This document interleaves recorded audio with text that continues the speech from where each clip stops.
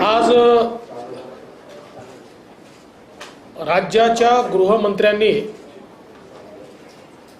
सर्वपक्षीय बैठकीचं निमंत्रण आम्हाला दिलं होतं,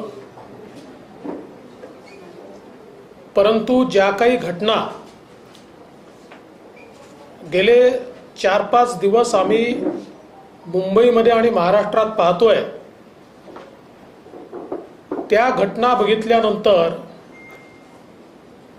या सरकारने संवादाकरता जागा ठेवली आहे असं आम्हाला वाटत नाही। आणि जर कोणी हिटलरी प्रवृत्तीनेच वागायचं ठरवलं असेल तर मग त्यांच्याशी संवादापेक्षा संघर्ष केलेला बरा, अशा प्रकारची आमची मानसिकता झाल्यामुळे आम्ही आजच्या बैठकीवर बहिष्कार घातलाय। मुळातच विरोधी पक्षाला जीवानिशी संपवायचं अशा प्रकारची प्रवृत्ती जर सरकारची असेल आणि सरकारी पक्षाचे लोक पोलीस संरक्षणामध्ये आमच्या पदाधिकाऱ्यांना कार्यकर्त्यांना जीवे मारण्याकरता पोलिसांच्या समक्ष हल्ले करणार असतील आणि त्यानंतरही त्या संदर्भात FIR नोंदवण्याकरता संघर्ष करावा लागत असेल तर मग अशा परिस्थितीमध्ये अशा बैठकीमध्ये जाऊन फायदा काय? महाराष्ट्रामध्ये अशा प्रकारची परिस्थिती आम्ही कधीच बघितली नाही की सरकार पक्षाचे लोक पोलीस संरक्षणामध्ये विरोधी पक्ष आपल्या भ्रष्टाचारावर बोलतो म्हणून जीवे मारण्याकरता हल्ला करतात। आम्ही पोल खोल यात्रा काढली, या यात्रेच्या माध्यमातून मुंबई महानगरपालिकेतील सगळा भ्रष्टाचार हा आम्ही जनतेपुढे मांडला। लोकशाहीमध्ये यापेक्षा वेगळं काय करायचं असतं, पण ज्यांना लोकशाही मान्य नाही त्यांनी आमच्या पोलखोल सभांवर हल्ला केला, आमच्या पोलखोल रथावर हल्ला केला आणि त्यांना असं वाटतंय की अशा प्रकारचे हल्ले करून आम्ही भ्रष्टाचाराच्या विरुद्ध बोलणं बंद करू, हा गैरसमज त्यांनी मनातनं काढून टाकावा। भ्रष्टाचाराच्या विरोधातली लढाई सुरूच राहील। ज्या प्रकारे किरीट सोमय्यांवर हल्ला झाला,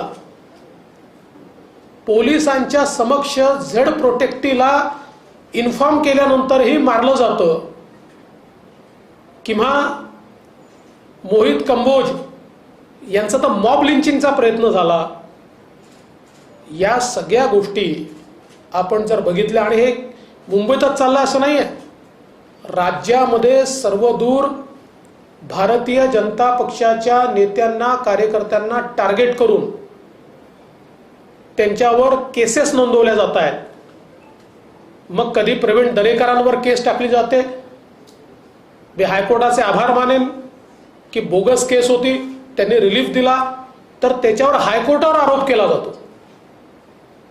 इतक्या खालच्या स्तराला आता ही नेते मंडळी पोचली आहे। तिकडे आमचे रणजित सिंग नाईक निंबाळकर खासदार असतील, 8 खोट्या तक्रारी त्यांच्या विरुद्ध केल्या, एकही तक्रारीत दम नाही। जयकुमार गोरे खोट्या केसेस केल्या। एक यादी आहे। पोलिसांचा दुरुपयोग हा मोठ्या प्रमाणात चाललाय आणि हा दुरुपयोगच आहे, कारण यांची एकही केस टिकली नाही आणि टिकूच शकत नाही, कारण धादांत खोट्या केसेस टाकणं चाललंय। आणि गृहमंत्र्यांच्या बैठकीला जाऊन फायदा तरी काय? या गृहमंत्र्यांना काही अधिकार तरी आहेत का?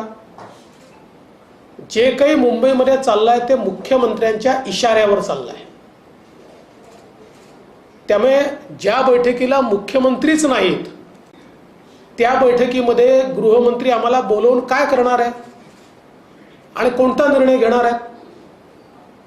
इतक्या महत्वाच्या बैठकीला मुख्यमंत्रीच राहत नाहीत, तर ही बैठक म्हणजे निवड टाइमपास आहे का, असा आमचा सवाल आहे. आणि त्यासोबत अत्यंत गंभीर गोष्ट आहे, ज्या प्रकारे आमदार रवी राणा आणि खासदार नवनीत राणा यांच्यासोबत व्यवहार करण्यात आला.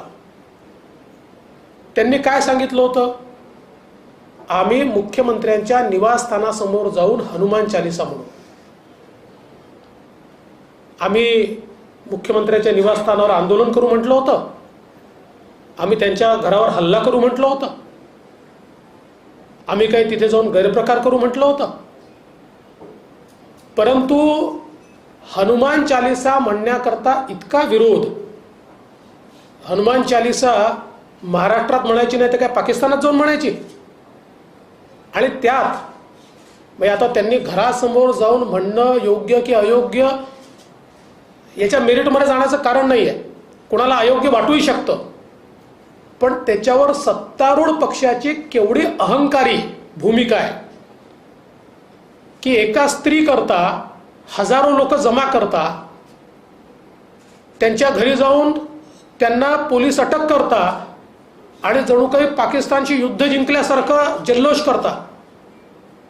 काय अवस्था यावी, इतकी भीती.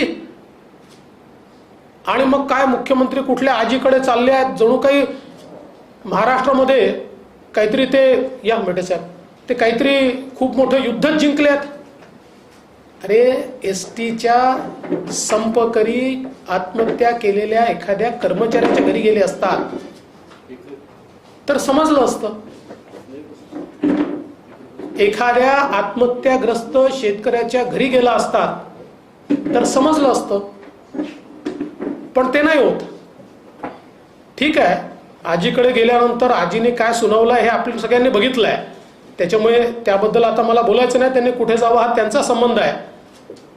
पण यात सगळ्यात महत्वाचं किती द्वेष आहे की एका महिला खासदाराला नामोहरम करण्याकरता पहिल्या दिवशी रिमांडमध्ये वेगळे सेक्शन आणि दुसऱ्या दिवशी सिडिशनचा सेक्शन, राजद्रोहाचा सेक्शन.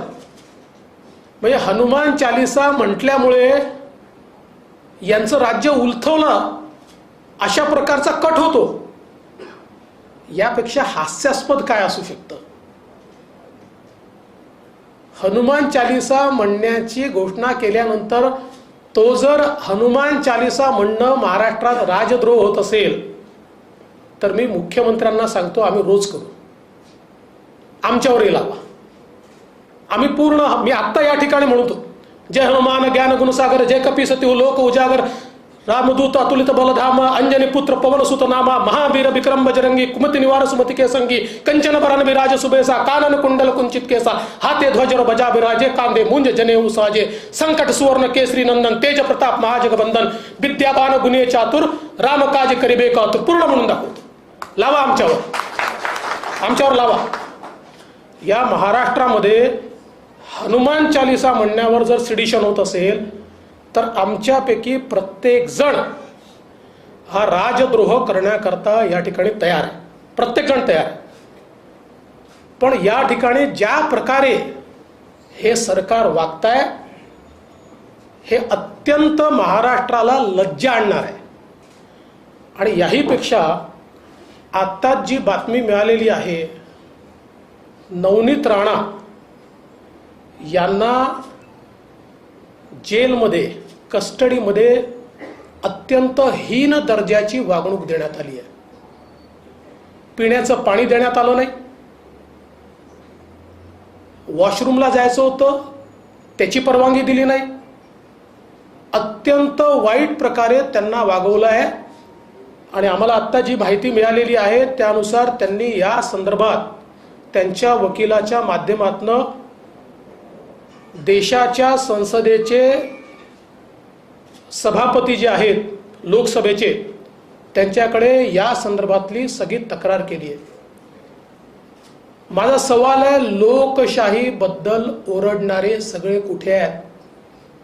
एका महिलेला हनुमान चालीसा म्हणते म्हणून 124 खाली जेलमध्ये टाकून आणि जर कस्टडीमध्ये अशा प्रकारे त्यांना हीन वागणूक दिली जात असेल आणि त्या दलित असल्याची जाणीव त्यांना करून दिली जात असेल तर या महाराष्ट्राचं पुरोगामित्व आता संपलेलं आहे असं म्हणण्याची अवस्था आज या ठिकाणी आली आहे. आणि म्हणून अशा या सरकारच्या संदर्भात आता संघर्षाशिवाय आम्हाला पर्याय नाही. खरं म्हणजे जर सरकारमधल्या लोकांना वाटत असेल की गुंडशाही आणि झुंडशाहीला आम्ही घाबरून जाऊ तर आम्ही शेकडो कार्यकर्ते आमचे केरळमध्ये आणि बंगालमध्ये मारून टाकले तरी आम्ही घाबरलो नाही. हे तर महाराष्ट्र आहे, आमची ताकद तेवढीच आहे. जर सरकारला वाटत असेल जशास तसं उत्तर पाहिजे तर ते देण्याची ताकद आणि हिंमत भारतीय जनता पक्षामध्ये आहे, हे स्पष्टपणे सांगतो. पण आम्ही लोकशाही मानणारे लोक आहोत, लोकशाही पद्धतीने आंदोलन करतो. आमच्याशी ठोकशाहीने वागाल उत्तर तसंच उत्तर देऊ. हे आता सरकारने ठरवायचं आहे. कायदा आणि सुव्यवस्था राखण्याची जबाबदारी ही सरकारची असते, ती सरकारने पाळली पाहिजे. आणि जोपर्यंत भोंग्यांचा प्रश्न आहे त्या संदर्भात अतिशय स्पष्ट भूमिका आमची आहे. माननीय उच्च न्यायालय, सर्वोच्च न्यायालयाने जे निर्णय दिले आहेत त्या निर्णयांचं तंतोतंत पालन केलं पाहिजे. पूर्वी नवरात्रामध्ये आम्ही रात्रभर जागरण करायचो, नवरात्रामध्ये आम्ही रात्रभर गरबा करायचो, नवरात्रामध्ये रात्रभर भजन व्हायची. किंवा कुठल्याही हिंदूंचा सण, मग तो गणपती असो, रात्री 12 वाजेपर्यंत 2 वाजेपर्यंत गणपतीचे कार्यक्रम आम्ही करायचो.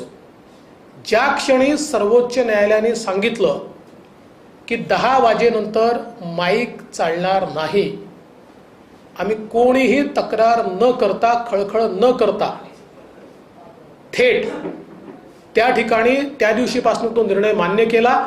ज्या 15 दिवसांमध्ये सूट मिळते त्याच 15 दिवसांमध्ये 12 वाजेपर्यंत आम्ही ते चालवतो, त्याशिवाय चालवत नाही. इतकंच नाही तर 100 वर्षाची परंपरा असलेल्या पुण्यामध्ये देखील विसर्जनाच्या मिरवणुकीमध्ये देशी वाद्यांच्या व्यतिरिक्त काही वाजवत नाहीत.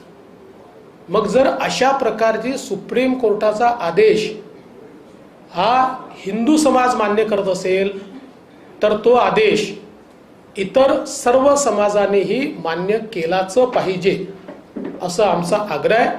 त्यामुळे या संदर्भात सर्वोच्च न्यायालयाच्या आदेशाचं पालन, या राणेसाहेब या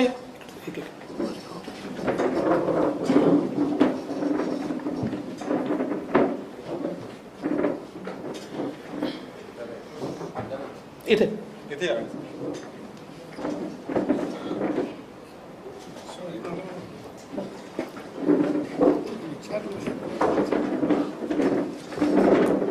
सर्वोच्च न्यायालयाच्या आदेशाचं पालन हे झालंच पाहिजे असं आमचं अतिशय स्पष्टपणे मत आहे.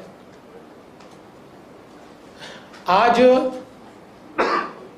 महाराष्ट्र के गृह मंत्री ने जो बैठक बुलाई थी उस बैठक में न जाने का फैसला, उस पर बहिष्कार करने का फैसला हमने किया.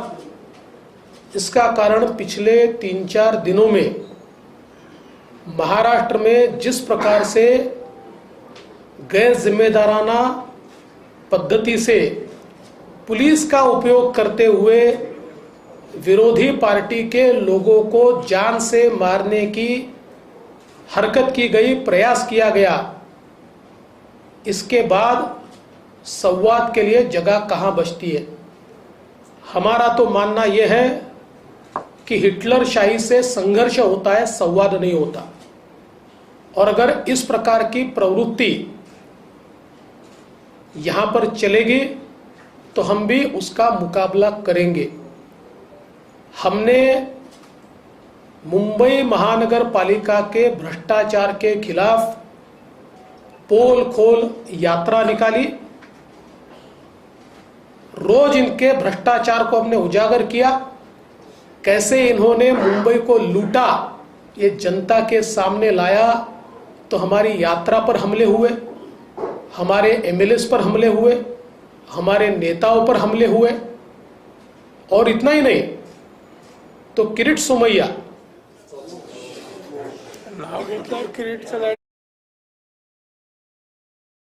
बदले की भावना है क्या?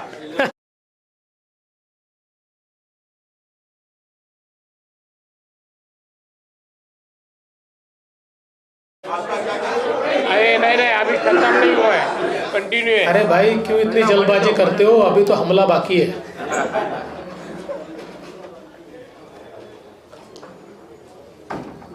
जिस प्रकार से Kirit Somaiya Z protectee inform करके पुलिस स्टेशन जाते हैं और वहां पर ये कहते हैं कि बाहर लोग मुझ पर हमला करने वाले हैं, और पुलिस स्वयं उनको गुंडों के हवाले कर देती है। जिस प्रकार से मोहित कंबोज इनके ऊपर मॉब लिंचिंग का प्रयास होता है, ये सारी चीजें बिल्कुल स्पष्ट रूप से दिखती है कि ये सरकार विरोधियों को कुचलना चाहती है, जान से मारना चाहती है।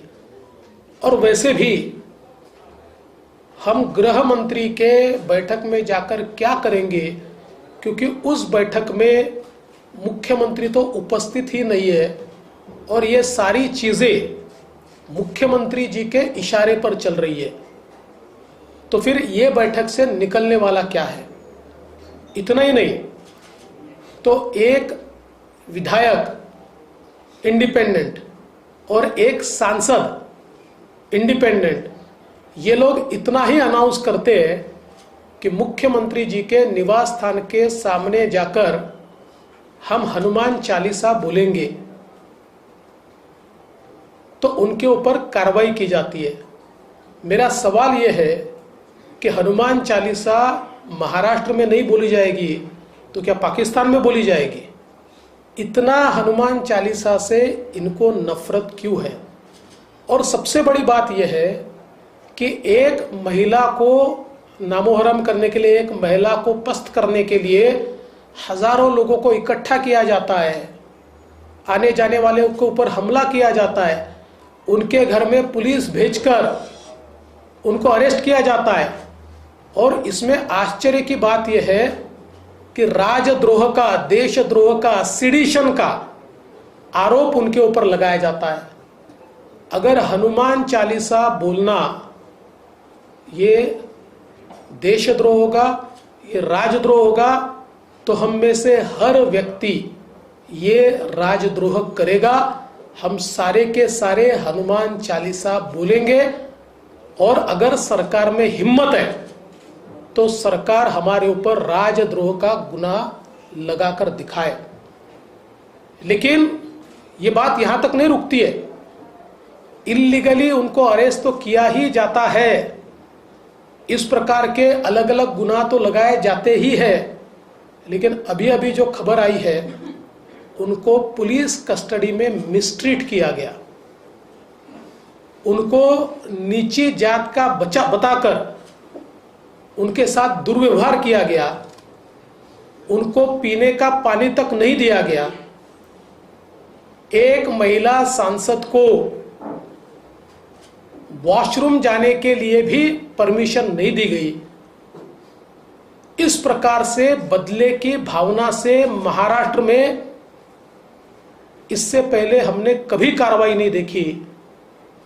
हम तो महाराष्ट्र को पुरोगामी कहते हैं, लेकिन महाराष्ट्र में ऐसे अहंकारी लोग आज सत्ता में हैं कि जो अपने अहंकार के मद में लोकतंत्र को भूलकर, लोकतंत्र को पैरों तले दबाकर, लोकतंत्र को कुचलकर अपना राज चलाना चाहते हैं। मैं उनको चेतावनी देना चाहता हूं, हम संघर्ष करेंगे। हम डरते नहीं है। आप हमारे जान पर हमला करेंगे तब भी हम आपका भ्रष्टाचार बाहर निकालेंगे। और बहुत स्पष्ट रूप से मैं उनको कहना चाहता हूं कि आपके हमलों को वैसा ही जवाब देना हमको आता है। जिस प्रकार से आप हमारे साथ व्यवहार कर रहे हैं, आप तो पुलिस के भरोसे कर रहे हैं, पुलिस को साथ में लेकर कर रहे हैं, लेकिन हम वैसे ही जवाब देंगे। हम लोकतंत्र में विश्वास रखते हैं, इसलिए हम चुप है। लेकिन अगर पुलिस भी सरकार के साथ मिलकर हमारे ऊपर हमला करेगी तो यह समझ लेना चाहिए कि केरल में और बंगाल में हमारे सैकड़ों लोग मार दिए, फिर भी हमारा आवाज कोई दबा नहीं पाए। हम चुप नहीं बैठे, हम संघर्ष करें। तो महाराष्ट्र है, छत्रपति शिवाजी महाराज की भूमि है और यहां हमारी ताकत भी उतनी है। और इस प्रकार का जो दुर्व्यवहार इस सरकार की ओर से हो रहा है, ऐसे समय हम गृह मंत्री की बैठक में नहीं जा सकते, इसलिए हम नहीं गए। जहां तक लाउड स्पीकर का सवाल है, हमारी भूमिका स्पष्ट है। सुप्रीम कोर्ट और हाई कोर्ट के आदेशों का पालन होना चाहिए। जिस समय पुराने जमाने में हम भी देवी के नवरात्र में रात भर जगराता करते थे, हम भी गणेश जी के समय देर रात तक कार्यक्रम करते थे, लेकिन सुप्रीम कोर्ट ने जब से यह निर्णय दिया कि रात को 10 बजे के बाद लाउड स्पीकर नहीं चलेगा और केवल 15 दिन इसकी छूट दी जाएगी, तब से लेकर हमने 10 बजे के बाद हमारे कार्यक्रम बंद कर दिए। तो अगर सुप्रीम कोर्ट के आदेश का पालन हिंदू समाज करता है तो देश के सभी समाजों ने सुप्रीम कोर्ट के आदेश का पालन करना चाहिए। और अगर कोई करता नहीं है तो ये सरकार की जिम्मेवारी है कि सरकार उनके ऊपर कार्रवाई करे। सर, आपने बात केली की किरीट सोमय्या यांच्यावर हा पहिला हल्ला झालेला नाहीये। पुण्यात त्यांच्यावर हल्ला झाला होता, पडळकरवर हल्ला झाला, परत मोहित कंबोजवर हल्ला होते। प्रत्येक वेळी एक दिसते की कारवाई अद्याप कुठंच झाली नाही। नेमकी पुढची केंद्राची नेमकी याबद्दल काय भूमिका? आता किरीट सोमय्यांच्या संदर्भात तर ते झेड प्रोटेक्टिव्ह आहेत आणि म्हणून आज आमचं एक डेलिगेशन होम सेक्रेटरींना भेटलंय। मी स्वतः होम सेक्रेटरींना पत्र दिलंय, कारण केंद्र सरकारने ज्यांना सुरक्षा पुरवली आहे त्यांना जर पोलिसांच्या संरक्षणात मारहाण होत असेल तर कारवाई करण्याची जबाबदारी ही त्यांची आहे। त्यामुळे मला विश्वास आहे की होम सेक्रेटरी याची दखल घेऊन जे दोषी आहेत त्यांच्यावर कारवाई करतील। गोपीचंद पडळकरांवर हल्ला झाला, त्याही वेळी कारवाई करण्यात आली नाही, त्यांना जीव मारण्याचा प्रयत्न झाला, त्याच्यावरही कारवाई नाही आहे। त्यामुळे एकूणच जी काही या ठिकाणी ही सगळी परिस्थिती आहे ही सरकारच्या संरक्षणात चाललेली आहे हे स्पष्ट दिसतं। पहिले मराठी या परिस्थितीमध्ये या सरकारवर कारवाई करायला पाहिजे की नाही? पत्रकार परिषद घेत आहेत, त्यांचं असं म्हणणं आहे की भोंगे लावणं किंवा उतरवणं हा निर्णय राज्य सरकार घेऊ शकत नाही, त्याच्यामध्ये काही अटी देण्यात आलेल्या आहेत। या संदर्भात केंद्र सरकारला निर्णय घ्यावा। या सरकारचं एक फार गमतीशीर आहे। केंद्र सरकारने नियमात एखाद्याला सुरक्षा दिली तर हे म्हणतात फेडरल मॉडेल आहे, केंद्र सरकार का सुरक्षा देत आहे। आणि कायदा सुव्यवस्था जी राज्याची जबाबदारी आहे त्या संदर्भात हे म्हणतात केंद्राने त्या ठिकाणी निर्णय घ्यावा। अडचणीचे विषय आले की केंद्राकडे बोट दाखवायचं। या संदर्भातली कायद्याने संविधानाने सगळी जबाबदारी राज्य सरकारवर घातलेली आहे। राज्य सरकारमध्ये हिम्मत नसेल तर त्यांनी सांगावं आम्ही पळपुटे आहोत, आम्ही हिम्मत दाखवू शकत नाही, काय करायचं त्याचा निर्णय आम्ही करू। या परिस्थितीमध्ये राज्य सरकारवरती केंद्राने काही कारवाई केली पाहिजे की नाही? केंद्र सरकारला जी काही घटना घडली आहे त्या घटनेची आम्ही माहिती दिली आहे। त्या घटनेला जे दोषी आहेत त्यांच्यावर कारवाई झाली पाहिजे। सरकार मोहित कंबोजने आरोप केला की त्यांच्यावर काही कलम आधी त्यांची सही घेतली, काही कलम लावली, त्यानंतर ती काढण्यात आली। एका बाजूला असं होते, दुसऱ्या बाजूला नवीन कलम नवनीत राणा असतील किंवा रवी राणा असतील यांच्यावर लागतायत। म्हणजे त्यांच्या हातात ऍड केलं जाते. गृह खातं तुमच्याकडे देखील होतं. ऑपरेट कोण करते, मुख्यमंत्री कार्यालय की गृह खातं, काही याच्याबद्दल? आत्ता जे काही मुंबईमध्ये घडतं आहे ते मुख्यमंत्री कार्यालयाच्या माध्यमातूनच होत आहे आणि राज्यामध्ये इतरत्र जे होत आहे ते गृह मंत्रालयाकडनं होत आहे.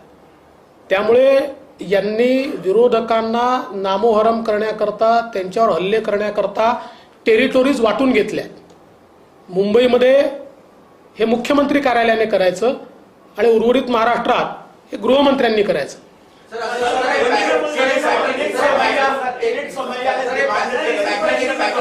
Police commissioner, because he says that the Mumbai police has allowed the law and order situation to deteriorate at the behest of the government. Do you back Kirit Somaiya's demand?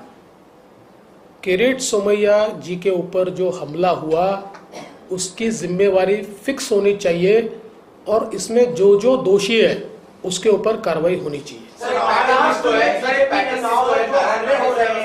क्या पार्टी के स्तर पर आपका जो शीर्ष नेतृत्व है, प्रधानमंत्री हो या नड्डा जो, क्या आपने उनको जानकारी दी, उनका क्या कहना था? देखिए, मैंने इस संदर्भ में एक नोट गृह मंत्री जी को भेजी है.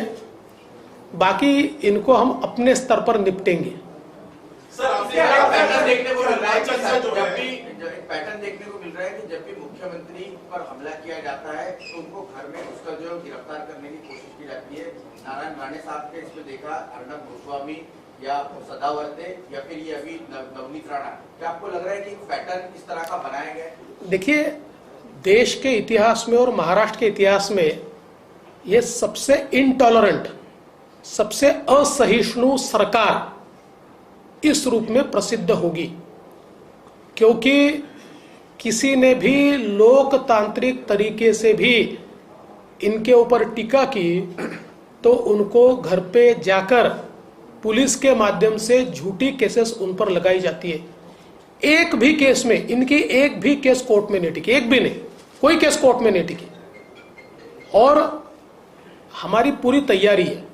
मैंने तो पहले ही कह दिया, हमारा कोई नेता डरता नहीं है. जितनी केसेस लगानी है लगाए, हम संघर्ष करेंगे.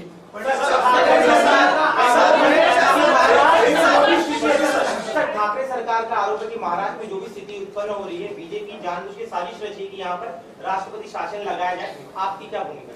ऐसा है, रोने वाले लोग हैं. ये खुद ही खुद को झापड़ मारते हैं और जोर जोर से रोते हैं, मारा मारा मारा. इस प्रकार की प्रवृत्ति के लोग हैं. त्यांचा आरोप आहे की किरीट सोमय्या त्यांचा आरोप असा आहे की किरीट सोमय्याने पण स्वतःला मारून घेतलं तर त्याचे सीसीटीव्ही फुटेज तपासणार. सीसीटीव्ही फुटेज तपासल्यामुळेच त्यांना कारवाई करावी लागली आहे. आणि हे सगळं सीसीटीव्ही फुटेज या ठिकाणी उपलब्ध आहे. मोहित कंबोजच्या केसमध्येही पहिल्यांदा एक नरेटिव्ह त्यांनी तयार करण्याचा प्रयत्न केला की त्यांनीच गाडी अंगावर घातली. इथपर्यंत कोणी म्हणालं त्यांनी ऍसिड गाडीत ठेवलं, कोणी म्हणालं त्यांनी दंडुका गाडीत ठेवला. सीसीटीव्ही फुटेजमध्ये लक्षात आलं की शिवसेनेच्या कार्यकर्त्यांनी आणि गुंडांनीच त्याच्यावर हल्ला केलाय, म्हणून शेवटी 307चा कलम लावावा लागला. तीच परिस्थिती आहे. सगळं सीसीटीव्ही मध्ये किरीट सोमय्यांचे कैद आहे. त्यामुळे किती खोट्या स्टोऱ्या यांनी तयार केल्या तरी त्याचा काही फायदा होणार नाही.